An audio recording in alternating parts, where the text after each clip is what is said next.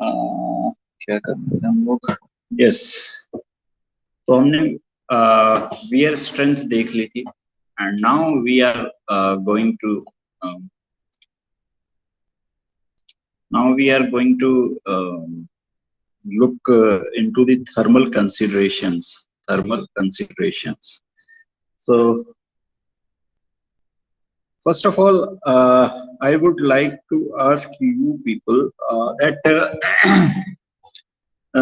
tell me that in most of the cases, चाहे आपका spur gear रहा हो, चाहे आपका बिवल गियर रहा हो, चाहे हेलिकल गियर रहा हो, वहां पर हमने कहीं भी, मतलब आइडियली इन प्रैक्टिकल तो कभी भी ये चीज नहीं होती कि फ्रिक्शन जीरो हो, ठीक है ना, never.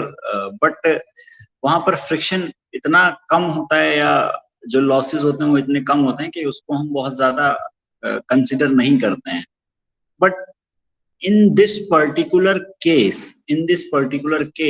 the friction is so much that efficiency बहुत ज्यादा रिड्यूस हो जाती है। ठीक है, एफिशिएंसी जो होती है वो बहुत ज्यादा ही रिड्यूस हो जाती है। ठीक है, जब एफिशिएंसी रिड्यूस हो गई, ठीक है, ठीक, तो क्या होगा ये बताइए। जब एफिशिएंसी रिड्यूस हुई फ्रिक्शन की वजह से, there is power loss. Power loss का नुकसान क्या है? एनीवन? कोई बताए भाई। Hrithik, Mugees, what will be the effect of the power loss?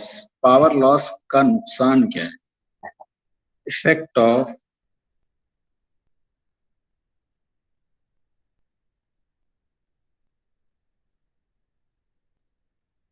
ये जो पावर लॉस हो रहा है, मान लीजिए एक तो ये है भाई कि हमें 10 किलोवाट पावर इनपुट दे रहे थे, हमें बाहर 6 किलोवाट ही मिल रहा है आउटपुट पे। ये तो एक वैसा मॉनेटरी नुकसान है ही। साथ साथ में इसके एक कुछ नुकसान और है, क्योंकि जब ये पावर लॉस होगी तो ये किस फॉर्म में लॉस होगी? It will be in the form of heat. ठीक है, हीट की फॉर्म में पावर लॉस होगा। और जब ये हीट की फॉर्म में पावर लॉस होगा, तो जब हीट जनरेट होगी, then this heat will try to raise the temperature. ठीक है, टेम्परेचर राइज होगा। ठीक है, टेम्परेचर राइज होगा। अब टेम्परेचर राइज होने से क्या क्या प्रॉब्लम्स हो सकती हैं? एनी वन ऑफ यू बताइए भाई, कि आपका एक सिस्टम है, ठीक, उसमें टेम्परेचर राइज होने से क्या क्या नुकसान हो सकते हैं? एक गियर बॉक्स है, उसमें टेम्परेचर राइज होने से क्या क्या नुकसान हो सकते हैं? बताएं भाई।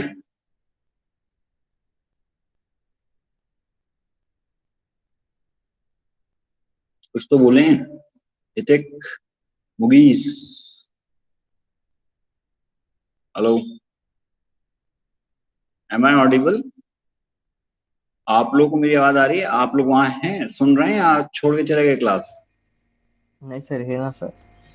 हाँ, तो मैं कुछ पूछ रहा हूँ, reply. What what happens when temperature rises?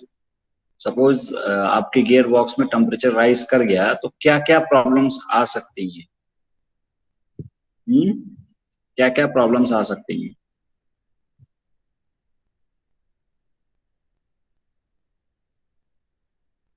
कुछ भी बताइए भाई। क्या ज्यादा से ज्यादा यही होगा ना, गलत होगा? है, यही तो बात कह रहा हूँ कि ये सारा का सारा खेल जो हो रहा है, वो तो पहले ही मैं कह चुका हूँ कि ये सब कुछ जो हो रहा है वो फ्रिक्शन की वजह से हो रहा है। सब कुछ जो हो रहा है वो फ्रिक्शन की वजह से हो रहा है, लेकिन इसका नुकसान क्या है भाई? नुकसान क्या है? मतलब टेम्परेचर फ्रिक्शन हुआ तभी पावर लॉस हुआ, पावर लॉस हीट की फॉर्म में हुआ, हीट की फॉर्म में जब पावर लॉस हुआ तो टेम्परेचर राइज हुआ। अब इस टेम्परेचर राइज के नुकसान बताइए, इससे क्या क्या इफेक्ट पड़ सकते हैं? ठीक है, ये तो वो मालूम है कि लुब्रिकेंट। फ्रिक्शन। हाँ, बोलिए बोलिए। सर लुब्रिकेंट, जो ल्यूब्रिकेंट यूज करते उसकी जो हम्म, क्वालिटी है वो खराब हो जाएगी। कैसे, थोड़ा सा और एक्सप्लेन करिए। I think you are going right, but elaborate in detail, थोड़ा सा सर और। टेम्परेचर के वजह से ना। हाँ, ठीक है। सर टेम्परेचर के वजह से गियर हीट होगा, और हीट की वजह से ल्यूब्रिकेंट खराब हो जाएगा, मतलब खराब हो उसकी जाएगा। जितनी क्वालिटी कम हो जाएगी उसकी। ओके, बात काफी हद तक सही है आपकी। जैसे ही आपका टेम्परेचर राइज होगा तो इसमें हम लुब्रिकेंट लगा के रखते हैं, ठीक है ना। तो टेम्परेचर लुब्रिकेंट्स की जो प्रॉपर्टी होती है, वो प्रॉपर्टी होती है क्या, कि उसकी विस्कोसिटी जो है वो डिक्रीज करती है with increase in temperature. With increase in temperature it's viscosity decreases, it's viscosity decreases, ठीक है। और जब विस्कोसिटी डिक्रीज करेगी, मतलब ये आसानी से फ्लो करने लगेगा, तो ये गियर बॉक्स के बीच में टिकेगा ही नहीं, बिटवीन द टीथ, या वह अपनी पोजीशन पे रुक ही नहीं पाएगा, रुक ही नहीं पाएगा।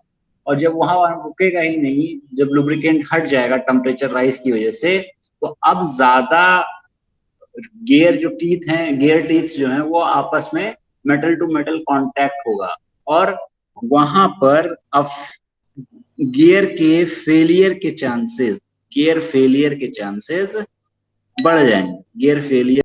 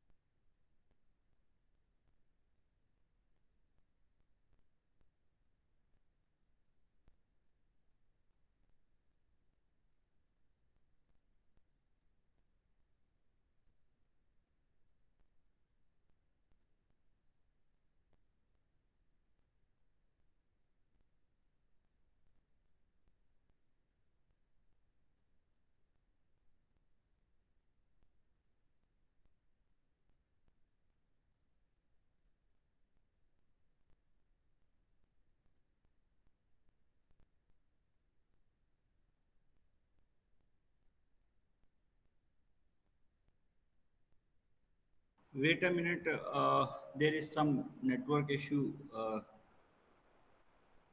ठीक है।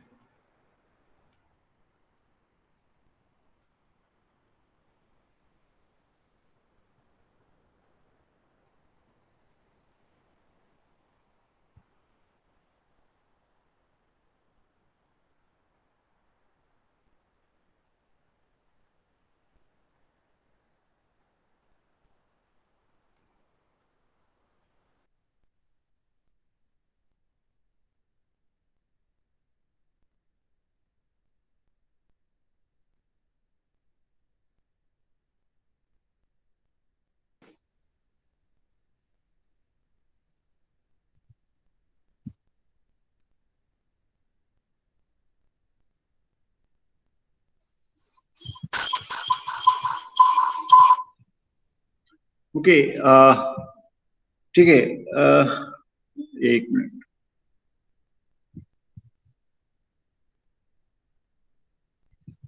ठीक। सो वेयर वर वी, कि एक एग्जांपल दे रहे थे कि इन जनरल जो बाइक्स वगैरह होती हैं उसमें कहा जाता है कि अपने लुब्रिकेंट जो ऑयल होता है उसे आप टाइम टू टाइम चेक करते रहें, ठीक है ना। सो एक वही एक रीजन है, ठीक है। सो इन थर्मल कंसिडरेशन जब फ्रिक्शन है, तो अब हम देखेंगे कि फ्रिक्शन, हमारा सिस्टम कैसा होना चाहिए कि हमारा जो हीट जनरेशन है, उसको मतलब जो हीट है उसको निकालना है भाई, क्योंकि अब फ्रिक्शन तो है भाई, फ्रिक्शन है, उसमें पावर लॉस होगा तो हीट जनरेट होगी, ठीक है ना। तो इसको तो अवॉइड नहीं कर सकते, लेकिन हमें अवॉइड क्या करना है, हमें अवॉइड ये करना है, या हम ये कर सकते हैं अपनी तरफ से कि वो जो जितनी भी हीट जनरेट हो रही है वो सब की सब बाहर निकाल दें, सब की सब बाहर निकाल दें। And in doing that we utilise the principle of heat transfer. Heat transfer के कुछ प्रिंसिपल यूज करते हैं, ठीक है।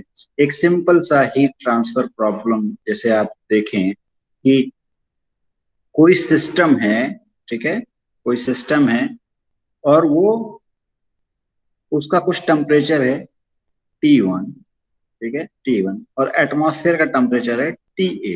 एटमॉस्फेयर का टेम्परेचर है TA। मान लीजिए कि हमें इसका टेम्परेचर T1 ही मेंटेन करना है, लेकिन ये जो है कुछ हीट जनरेट कर रहा है Hg, ठीक है, it is generating some heat Hg, ठीक है।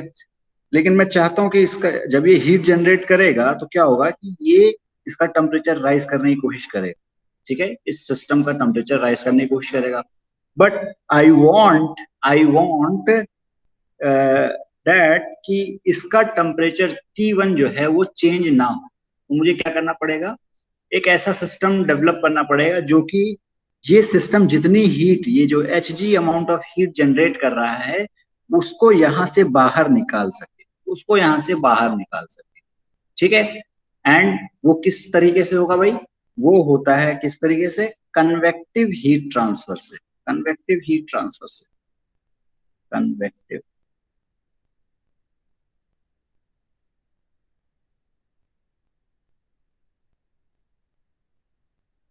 ठीक है।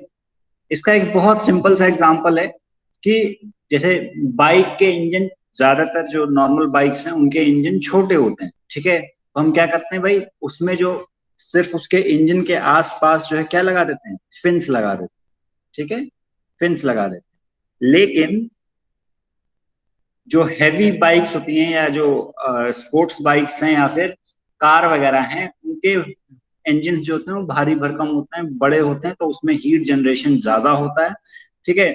तो उसमें हम क्या करते हैं, फिन्स के साथ साथ रेडिएटर भी लगा देते हैं, रेडिएटर भी लगा देते हैं, और इस इंजन की कूलिंग जो है हम लिक्विड कूलिंग भी कराते हैं, लिक्विड कूलिंग भी कराते हैं, ठीक है।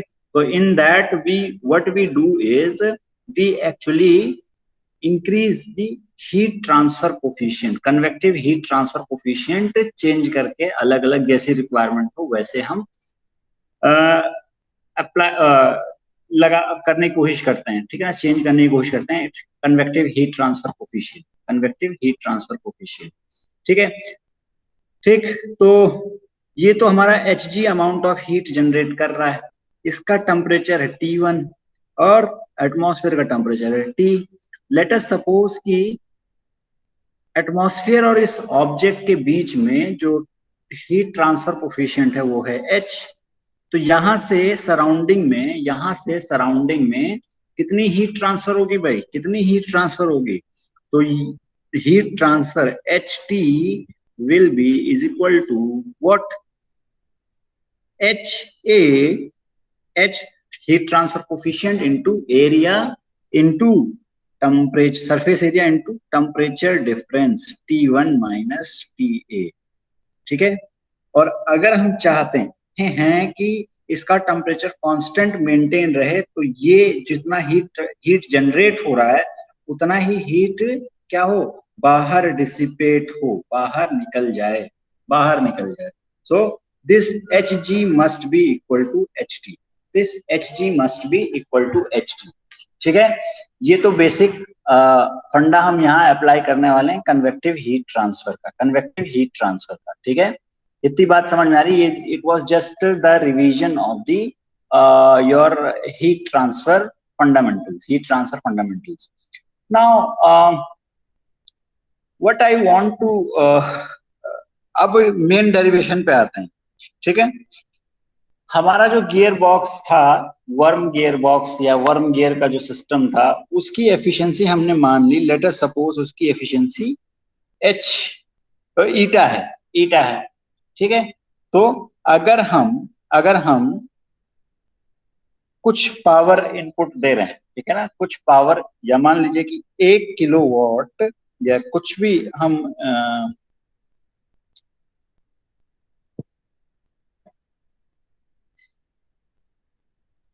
कुछ पावर हम इनपुट दे रहे हैं, लेट अस सपोज हम कितना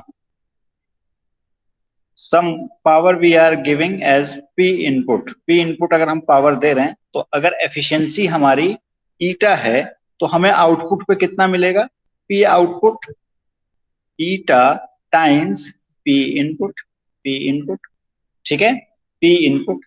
नाउ पी इनपुट हमें पावर मिल आउटपुट पे पावर मिली, ठीक है ना, ईटा टाइम्स, तो लॉस कितनी हुई, लॉस कितनी हुई, ठीक है, तो लॉस कितना हुआ, P loss is equal to P input minus P output, ठीक है, and this will be is equal to P input minus one minus eta, one minus eta, यही हमारी पावर लॉस हुई, ठीक है, पावर लॉस, ये हमारी पावर लॉस हुई, ठीक है। तो यहां पर जो, और यही जो पावर लॉस हुई, यही पावर हमारी किस में कन्वर्ट हो जाएगी, हीट में, हीट में, ठीक है, and this power loss will be converted to heat, ठीक है ना। तो ये जो है हमने इसी टर्म को हमने क्या लिख दिया है यहाँ पर, एक सिंप्लीफाइड इक्वेशन में लिख दिया, ठीक है, सिंप्लीफाइड इक्वेशन में लिख दिया, ठीक है। You can see heat generated in the gear system या गियर बॉक्स या गियर सिस्टम जो है वो Hg है, and this will be equal to 1000 into one minus eta kilowatt. ये किलोवाट क्या है, पावर है कि किलोवाट्स में पावर दे रहे हैं, और 1000 इसलिए मल्टीप्लाई किया कि इस किलोवाट को आप वॉट में कन्वर्ट कर लें, वॉट में कन्वर्ट करने के लिए हमने 1000 से मल्टीप्लाई किया, 1000 से मल्टीप्लाई किया, ठीक है, 1000 से मल्टीप्लाई किया, ठीक है। तो ये तो हमारी हुई हीट जनरेशन, ये इतनी हमारी हीट जनरेशन हुई, ठीक है, जो कि एफिशिएंसी पे डिपेंड करता है, एफिशिएंसी पे डिपेंड करता है।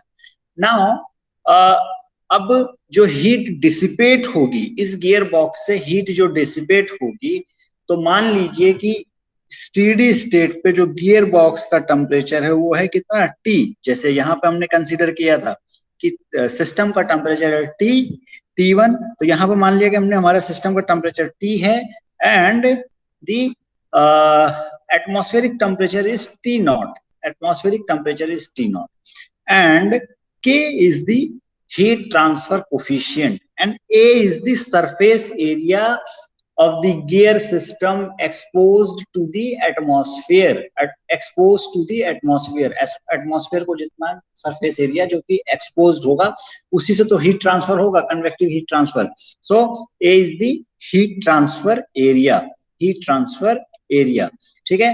तो हीट एटमॉस्फेयर में कितनी डिसिपेट होगी, हीट हमारी एटमॉस्फेयर में कितनी डिसिपेट होगी, that will be H D equal to K times T minus T naught into A, K times T minus T naught into A, ये heat transfer coefficient into delta T into A, ठीक है, temperature difference into surface area, surface area, ठीक है। So this is your heat dissipated. अब हम चाहते हैं कि ये स्टीडी स्टेट में रहे, स्टीडी स्टेट में रहे, मतलब ये जो सिस्टम का टेम्परेचर T जो है वो मेंटेन रहे, ठीक है, इससे घटे बढ़े नहीं, ठीक है ना।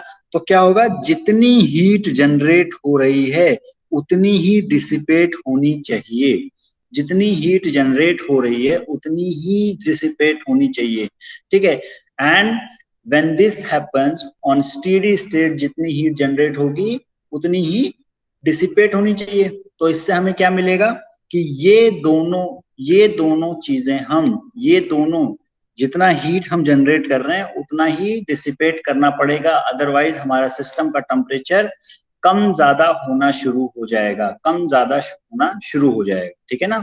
अगर हीट जनरेशन ज्यादा हुआ, ठीक है, हीट डिसिपेशन से, तो टेम्परेचर जो है हमारे सिस्टम का राइज करना शुरू कर देगा, और अगर हीट डिसिपेशन ज्यादा हुआ, जितनी जनरेट हो रही है उससे ज्यादा डिसिपेट होना शुरू हो गया, तो क्या होगा, हमारा टेम्परेचर सिस्टम का फॉल करना शुरू कर जाएगा, फॉल करना शुरू कर जाएगा।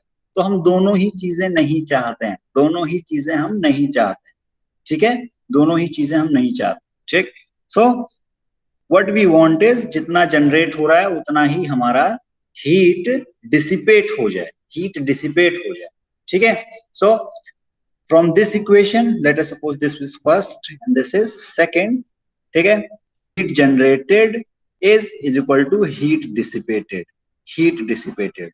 Now so you can rearrange these, you can rearrange these and you can write it in terms of power input, ठीक है ना, ये आपका इनपुट पावर है, ये आपका इनपुट पावर है, input power is equal to what heat dissipated, this is heat dissipated, you can see this from this second equation, heat dissipated divided by what, 1000 times into 1 minus eta, and eta is your efficiency, eta is your efficiency, ठीक है।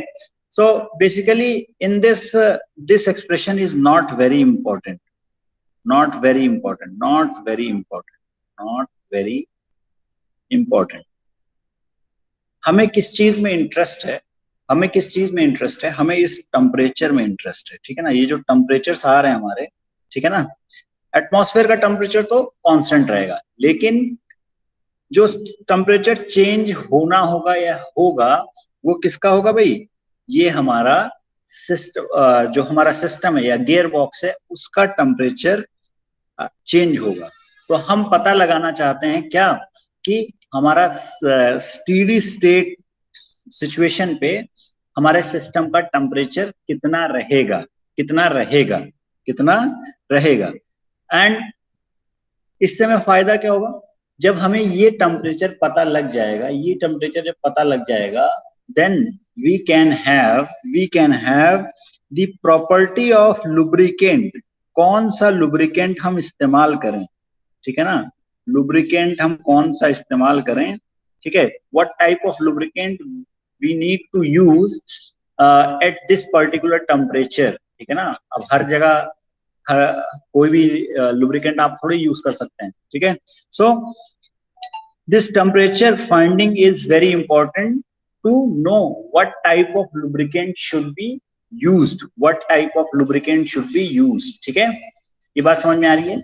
सो basically we have done nothing, what we have done is heat generated should be equal to heat dissipated, and based on that relation we have rearranged this equation, we have rearranged this equation and found the steady state temperature of the gearbox or your system, gear system, ठीक है, and that can be written as T is equal to T naught plus 1000 times into 1 minus eta into power input, kilowatt is power input upon Ka, K क्या है आपका heat transfer coefficient and A is the surface area, A is the surface area.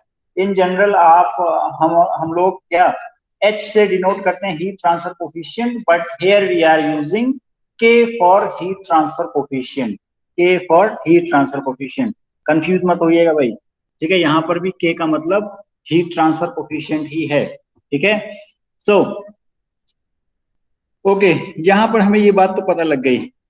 इस पूरे expression में एक चीज जो है आपकी वो हमें पता होनी चाहिए, क्या, efficiency, and efficiency is equal to what, हम पहले ही निकाल चुके हैं भाई, एफिशिएंसी हम पहले ही निकाल चुके हैं, क्या है भाई, कौन बताएगा, हाँ,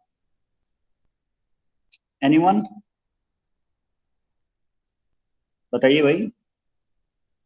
efficiency is equal to cos alpha minus mu times tan gamma upon what, cos alpha plus mu times tan gamma, and alpha is pressure angle and gamma is what, gamma is lead angle, and mu is your coefficient of friction, ठीक है, coefficient of friction, and these can be found using the simple relations and tables, ठीक है ना, simple relations and tables, ठीक है। For example in general alpha तो आपको given रहता है, ठीक है, और its value is around something like this, 20 degree के आसपास रहता है।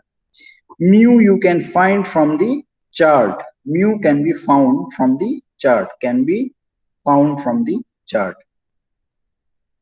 फाउंड फ्रॉम द चार्ट, ठीक है। And gamma is equal to what, tan inverse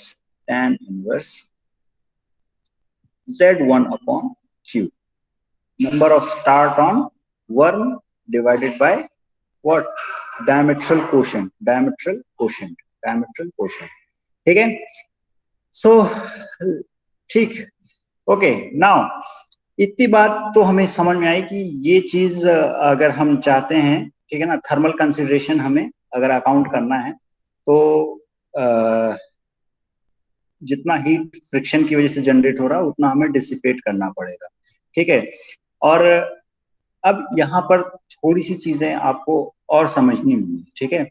अगर आपका हीट ट्रांसफर, अगर जो हीट जनरेशन है, जो भी हीट जनरेट हो रहा है, जो भी हीट आपका जनरेट हो रहा है, लेट अस सपोज कि ये बहुत कम है, ये बहुत कम है, ठीक है। If your heat generated is very less, if your heat generated is very less, so in that case you can remove the heat only by natural convection, only by natural convection, ठीक है। ठीक, अगर आपका heat generated, friction की वजह से जो heat generate हो रहा है वो काफी कम है, ठीक है, then you can dissipate this heat only by natural convection, ठीक है ना, नेचुरली कन्वेक्ट कर सकते हैं, ठीक है।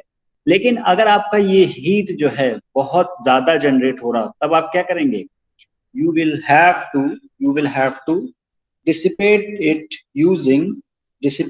using forced convection, और forced convection में आप क्या करेंगे, forced convection में you have to do what, बताइए। you can have many methods, ठीक है ना। one of them is you just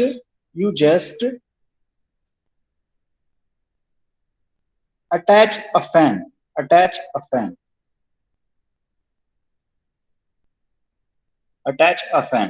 ठीक है, एक फैन अटैच कर, तो भी आपकी जो हीट ट्रांसफर कोफिशिएंट की वैल्यू है वो बढ़ जाएगी, और दूसरा तरीका क्या है भाई, आप लिक्विड कूलिंग करा दें,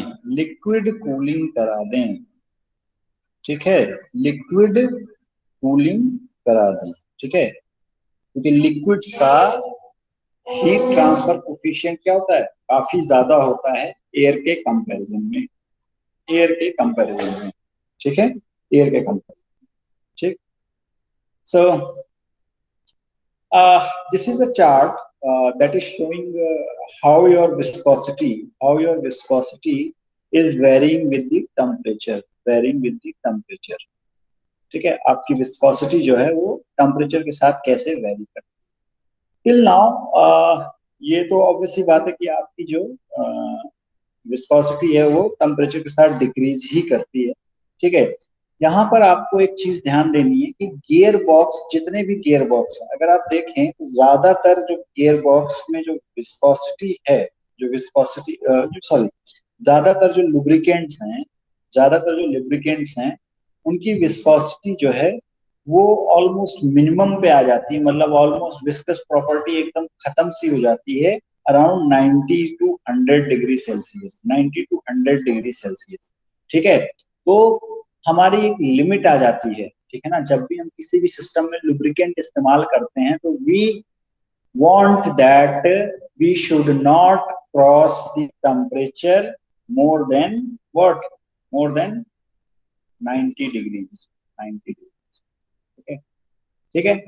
और जब भी कभी इससे ज्यादा टेम्परेचर होता है तो देन वी यूज व्हाट, फिर हम लिक्विड लुब्रिकेंट्स यूज नहीं करते, ठीक है, then we use semi liquid and solid lubricant, solid lubricant, ठीक है, सॉलिड, सॉलिड लुब्रिकेंट, ठीक है, and semi liquid, semi liquid, like grease वगैरह, ग्रीस वगैरह का इस्तेमाल करना शुरू कर देते हैं जब टेम्परेचर बहुत ज्यादा होना शुरू हो जाता है, ठीक है, टेम्परेचर बहुत ज्यादा होता है, तब हम उन सिस्टम्स में क्या करते हैं, liquid, sorry, semi liquid and solid lubricants का इस्तेमाल करते हैं। सेमी लिक्विड का तो एक एग्जांपल है आपका क्या, ग्रीस, ठीक है। सॉलिड का कोई एक एग्जांपल दे दें भाई, सॉलिड लुब्रिकेंट का कोई एक एग्जांपल दे दें आप लोग, बताइए भाई। आमिर मोमिन, अदील मलिक। हाँ, नहीं, ग्रीस तो सेमी सॉलिड और सेमी लिक्विड है। Graphite sir. Graphite, who said this, graphite, okay, मुगीज, यस, यस यस, ओके, ठीक है, सही है, it's correct actually. Graphite is one of the solid lubricants, ठीक है ना, ये पाउडर फॉर्म में, ग्रेफाइट पाउडर फॉर्म में इस्तेमाल करते हैं हम लोग, पाउडर फॉर्म में हम लोग इस्तेमाल करते हैं, ठीक है, ग्रेफाइट को हम पाउडर फॉर्म में इस्तेमाल करते हैं, ठीक है। सो नाउ यहाँ तक आप लोगों को कोई दिक्कत या परेशानी या कोई ऐसी चीज जो नहीं समझ में आई तो आप लोग पूछिए, बताइए भाई, इसमें ऐसी कोई चीज जो नहीं समझ में आ रही है, यस और नो बताएं भाई, बताइए।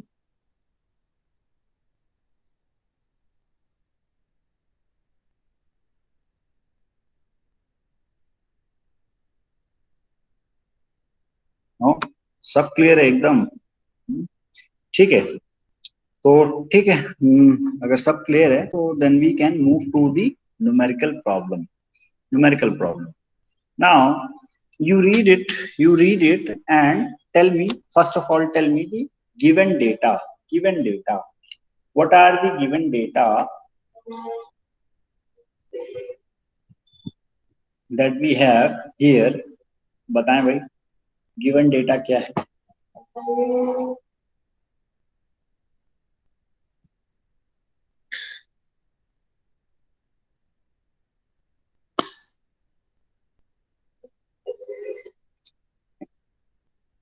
a worm gear box with an effective surface area of 1.5 meter square, ठीक है, is operating in still air having heat transfer coefficient of 15 watt per meter square.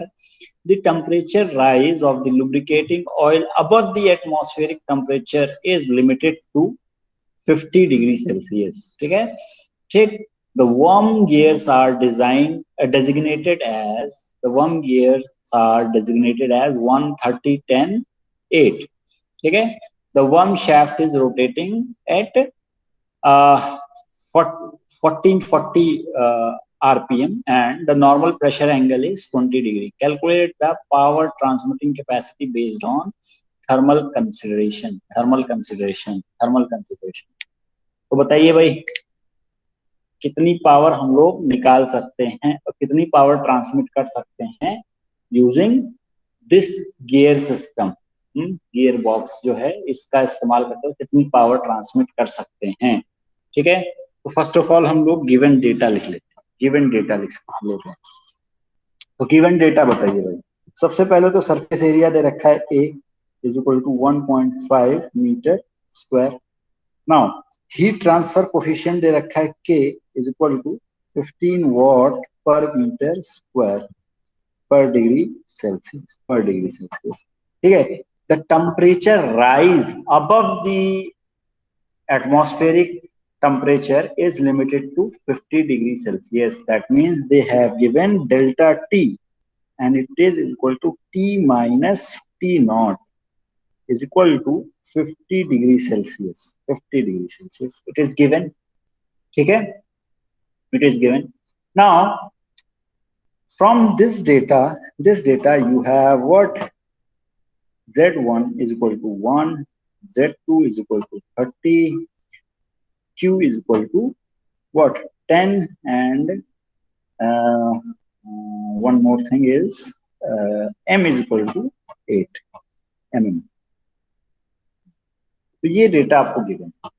तो Q से आप निकाल सकते हैं D1, pitch circle diameter of the pinion, pitch circle diameter of the pinion, and it is equal to 10 Q into M, and it is equal to 80 mm, 80, ठीक है, 80 mm आपका pitch circle diameter. Alpha is equal to 20 degrees, ठीक है, alpha is equal to 20 degrees, and N1 is equal to 1440 RPM, 1440 RPM, ठीक है। Now it has asked you power transmitting capacity based on thermal consideration. So power transmitting capacity based on thermal consideration is given by this expression, ठीक है, इतनी ही power को आप transmit कर पाएंगे, ठीक है।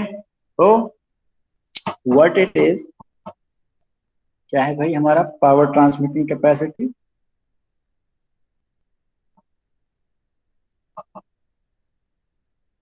P in kilowatts is equal to Ka T minus T naught upon 1000 times 1 minus eta, 1 minus eta। तो देखिए इसमें से सारी चीजें आपको पता है, ये भी पता है, ये भी पता है, ये भी पता है, ये भी पता है, ठीक है ना, ये टोटल टर्म पता है। one thing that you don't know is eta, and eta is given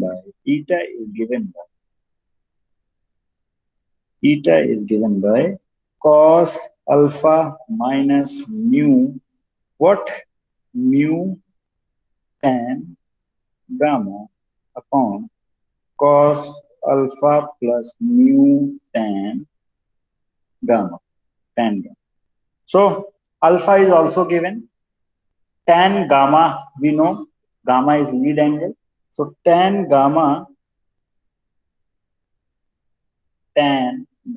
is equal to Z1 upon Q, and it is equal to 0.1, 1 upon 10 is 0.1, 0. ठीक है, 0. Now we have to find mu is what, we have to look in the chart, और कैसे देखेंगे भाई, rubbing velocity से, ठीक है ना, रबिंग वेलोसिटी के बेसिस पे आपको पता लगेगा, ठीक है। एक minute C,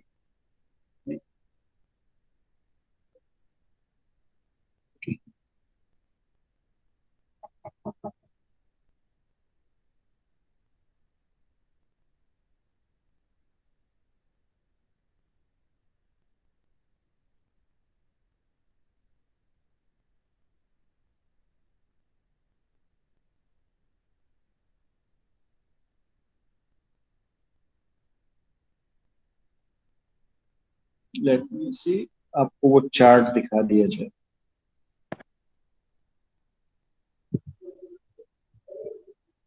Yes, this is the chart from which you can find the what, coefficient of friction. On the y-axis coefficient of friction is given, and on the x-axis velocity of rubbing is given, ठीक है। For our particular case, the velocity of rubbing is given by Vs is equal to what, pi dn1 upon 60 into what, cos gamma, ठीक है, cos gamma, ठीक। So you tell me Vs is equal to pi, d1 कितना है, it is 80 mm, तो 0.08 into n1 कितना है, 1440 RPM upon 60 into cos gamma, तो gamma, tan gamma was 0.1, so gamma is what, tan inverse 0.1 and it is around 5.71 degrees gamma, 5.71 degrees, 5.71 degrees. ठीक है, when you calculate the velocity of rubbing, you get velocity of rubbing around what? 6.06 metre पर second. इसको आप 6 भी ले सकते, ठीक है, 6 भी ले सकते. 6 around, it will lie somewhere around here, ठीक है, somewhere around here. And when you put a vertical line here, it intersects here, and it is around 0.0 what 024, ठीक है. So mu comes out to be 0.024, ठीक है. तो इस तरीके से आप यहाँ से कोफिशिएंट ऑफ फ्रिक्शन निकाल लेंगे, ठीक है. तो this is to just show how you calculate the coefficient of friction, ठीक है, ठीक. So now you have found the coefficient of friction.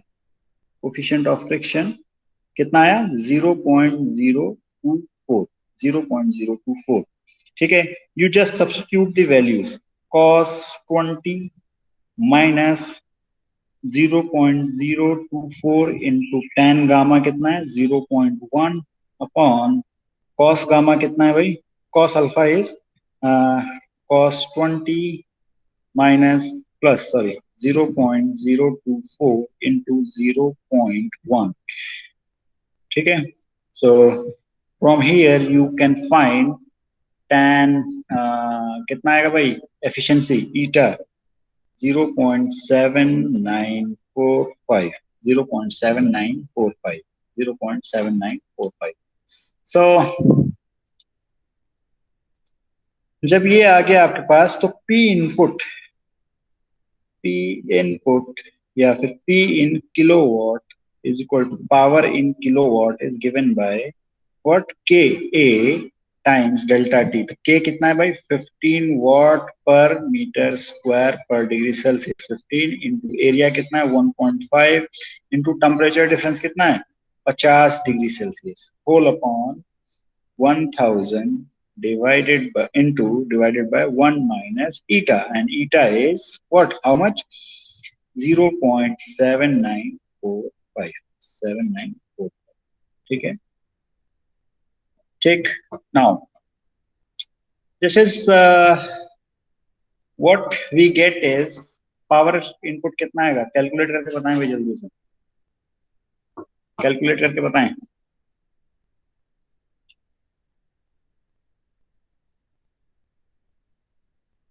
बताइए भाई, इतना तो कैलकुलेशन कर ही सकते हैं आप लोग.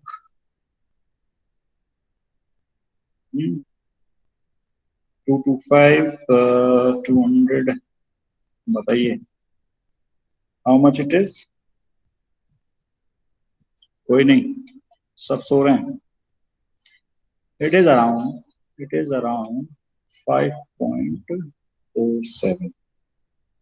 5.47 kilowatt.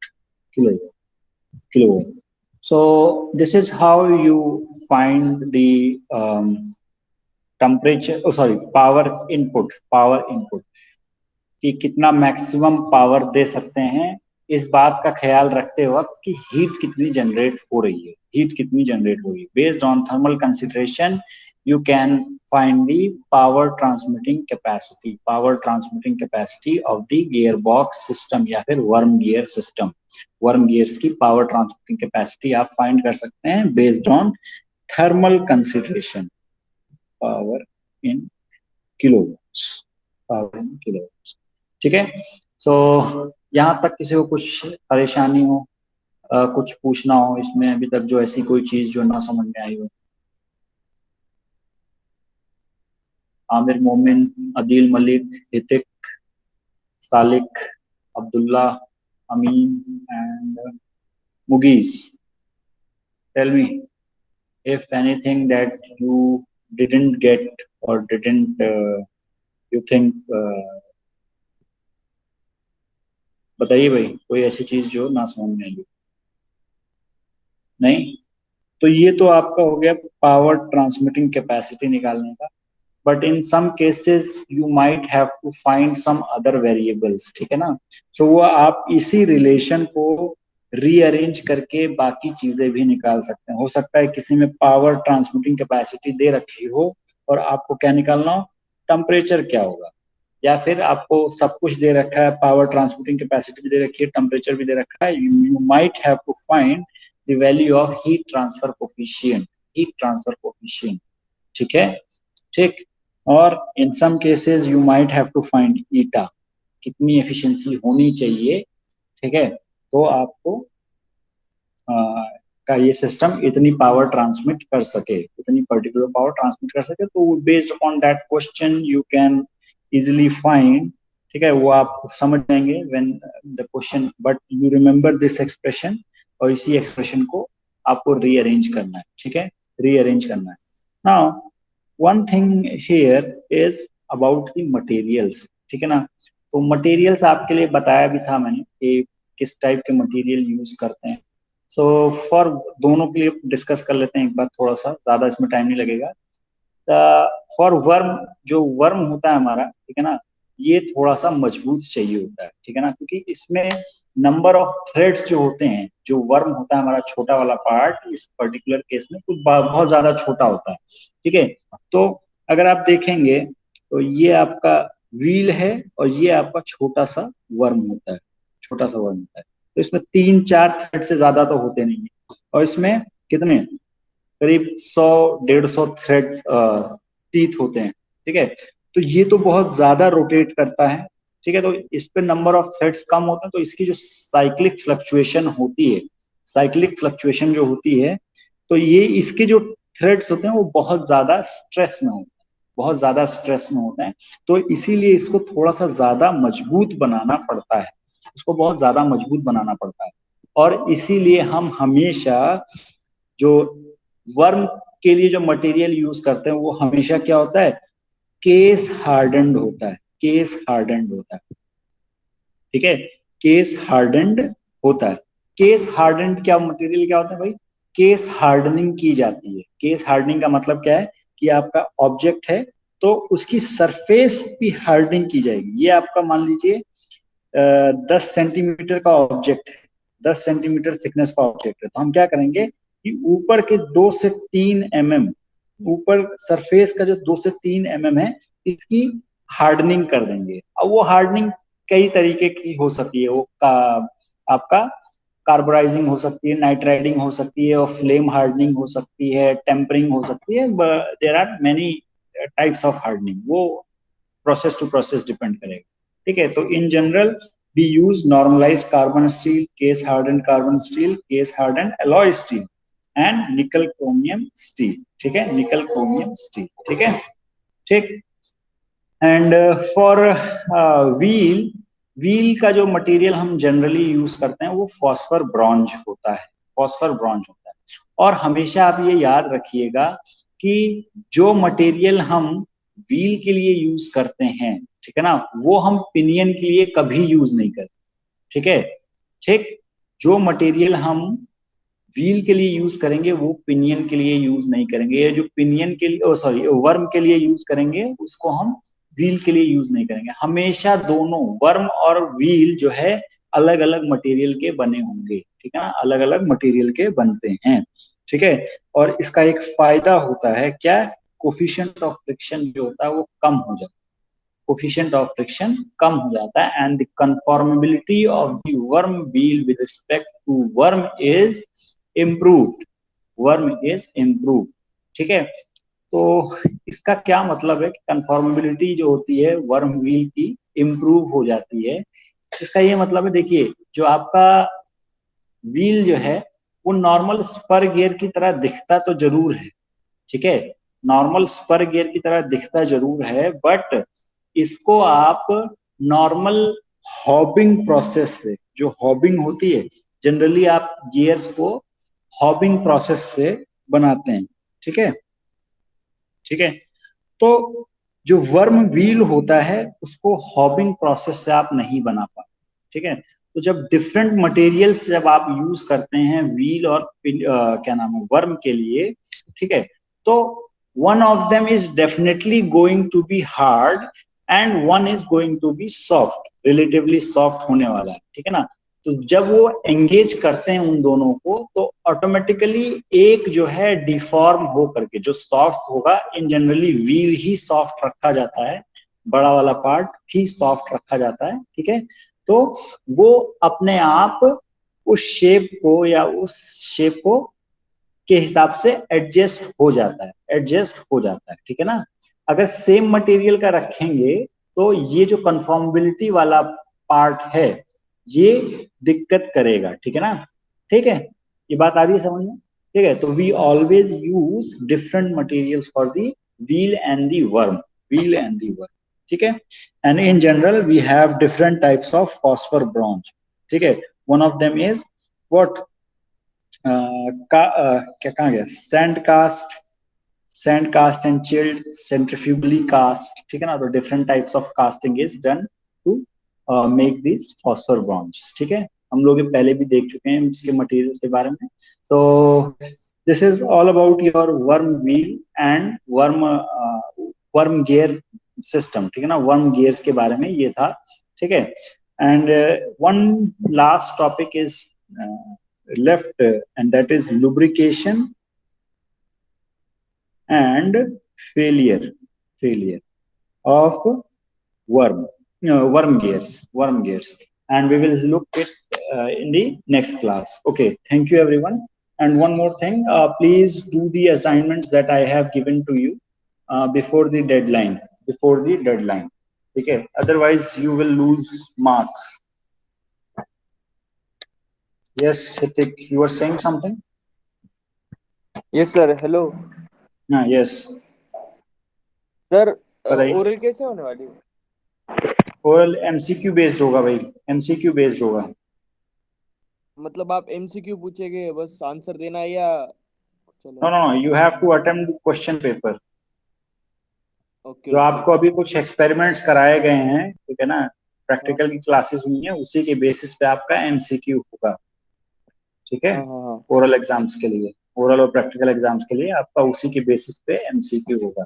सो आपको वही प्रिपेयर करना है, ठीक है। ठीक है, तो उसके लिए आप लोग प्रिपेयर रहें, ठीक। Anything else? Okay sir. No sir. Okay, thank you everyone. You all are free to leave now. Thank you.